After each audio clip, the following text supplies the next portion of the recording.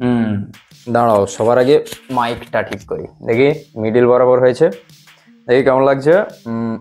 বেশ ভালো লাগছে। চলো, এবার আমি একটা সিনেমা দেখে এলাম, সেটা নিয়েই বলবো, কারণ এটা সিনেমা রিভিউ বা রিয়াকশনের চ্যানেল। তো সেই চ্যানেল, আরে সাবস্ক্রাইব করোনি এখনো? করো তাড়াতাড়ি। তোমরা সাবস্ক্রাইব না করলে তাহলে ওই একটা কথা আছে না, বাঙালির পাশে থাকবে, ব্যাপারটা সেরকম। তো সাবস্ক্রাইব করে দিয়েছো, লাইক করে দিয়েছো। চলো এবার যে সিনেমাটা দেখে এলাম সেটা নিয়ে কথা বলবো, আরই সিনেমা নিয়ে কথা বলবো। হ্যাঁ, সবাই জানো নুসরত আর ইয়াসের নতুন সিনেমা, যেখানে হাইলাইট কিন্তু, যেখানে মুখ কিন্তু, যেখানে নায়ক বলতে পারো মৌসুমী চ্যাটার্জি। হ্যাঁ, অনেক দিন পর একটা এরকম গল্পে মৌসুমী চ্যাটার্জিকে দেখা যাচ্ছে অভিনয় করতে মায়ের চরিত্রে। হ্যাঁ, গল্প নিয়ে সবকিছু বলবো, তার আগে এই সিনেমা নিয়ে কিছু কথা, না এই সিনেমা বলার আগে আরো কিছু কথা আমার বলার আছে। সেটা হলো, বাংলা ইন্ডাস্ট্রি সব ধরনের সিনেমা নিয়ে কাজ করছে। সেটা তুমি বলো শুধু গল্পের ওপর জোর দেওয়া সিনেমা বা গল্প ওরিয়েন্টেড সিনেমা বলো, সেটা হচ্ছে টনিক, প্রজাপতি বা উইন্ডোজ প্রোডাকশনের প্রাক্তন দৃষ্টিকোণ এরকম সিনেমা বলো, বা ছোটদের সিনেমা হামি বা হচ্ছে তোমার রাজ চক্রবর্তী যেসব সিনেমা বাচ্চাদের বানায় সেগুলো হচ্ছে বলো, সব ধরনের সিনেমা। আর এখন বেশ একটা পারিবারিক ফিল্মের প্রতি সবার একটা টান। মানে ওই যখন ব্যোমকেশ ব্যোমকেশ গোয়েন্দা গোয়েন্দা খেলছিল সবাই, যখন গোয়েন্দা আসছে, গোয়েন্দা হিট করছে, তো গোয়েন্দা ফরম্যাটে চলো। এটাও না যেন সেরকম হয়ে যায় যে গল্প ওরিয়েন্টেড চলছে, আর্ট ফিল্ম ভালো চলছে, বা কমার্শিয়াল আর আর্ট দুটোকে মিশিয়ে একটা মিক্স টাইপ অফ সিনেমা চলছে, তো সেটাই চালিয়ে নিয়ে যাও, সেটাই কন্টিনিউ করো বিজনেসের ক্ষেত্রে। হ্যাঁ, ভালো, খারাপ নয়।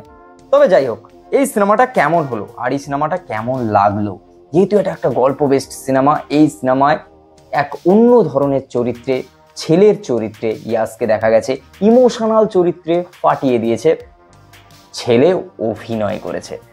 নুসরত এখানে ভালো অ্যাক্ট্রেস অবশ্যই, কিন্তু এই সিনেমায় সেরকম কোনো ছাপ ছাড়তে পারেনি, এটা আমার মতামত।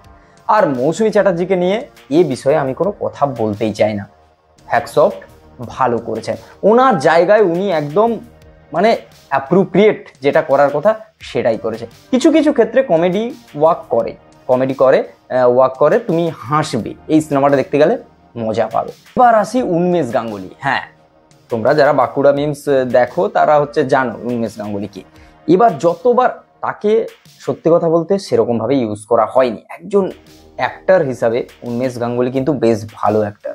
এবার তাকে যদি সেইভাবে ব্যবহার করা হতো তাহলে বেটার হতো। তবে যতক্ষণ স্ক্রিনে আসে হাসি তোমার মুখে আসবেই। এখানে পুরো সিনেমাটা হচ্ছে মাকে ঘিরে, মায়ের প্রতি ভালোবাসা, মা ছেলের যে প্রেম বা তাদের মধ্যে যে সম্পর্ক, সেটাকেই নিয়ে ঘোরাফেরা করছে পুরো গল্পটা।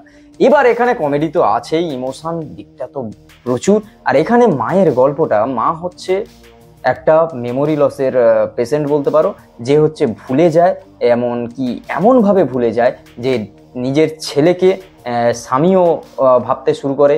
বিভিন্ন ক্যারেক্টারে তাকে হচ্ছে প্রত্যেকদিন বাঁচতে হয়, মানে হচ্ছে ইয়াসকে। এরকমই হচ্ছে গল্পের প্লট। তোমার ভালো লাগবে, অবশ্যই ভালো লাগবে, সিনেমাটা নট ব্যাড। কিন্তু এই সিনেমার খারাপ দিক বলতে বিধিবিচ্ছিরি ব্যাপার আছে কিছু। সেটা হচ্ছে স্ক্রিন প্লেটা ভালো লাগেনি। কোথাও গিয়ে মনে হচ্ছে যেন হচ্ছে এই সিনেমার এই যে ফ্রেমে যে গল্পটা চলছে, এটার পরেরটা যখন আসছে, কোথাও গিয়ে দুটোর মধ্যে না যে মিশ্রণ ব্যাপারটা, মানে যত্ন নিয়ে বানানো যে সিনেমা বলে, সেই যত্নটা কোথাও গিয়ে এই সিনেমার প্রতি একটু কম করা হয়েছে, এরকম মনে হয়েছে আমার। তোমরা দেখো সিনেমাটা, ওভারঅল দেখো, অবশ্যই ভালো লাগবে। তো আজকের ভিডিও এই পর্যন্ত। যদি ভালো লাগে like, comment, share and subscribe my YouTube channel. আর যদি তুমি ফেসবুক থেকে দেখে থাকো তো অবশ্যই লাইক করো, ফলো করো, আর বন্ধুদের সঙ্গে শেয়ার করো। আর এই সিনেমাটা গিয়ে সিনেমা হলে দেখে আসো। মৌসুমী চ্যাটার্জির বহুদিন পর তার সিনেমা, তো অবশ্যই মিস করো না। তো চলো, দেখা হচ্ছে নেক্সট ভিডিও।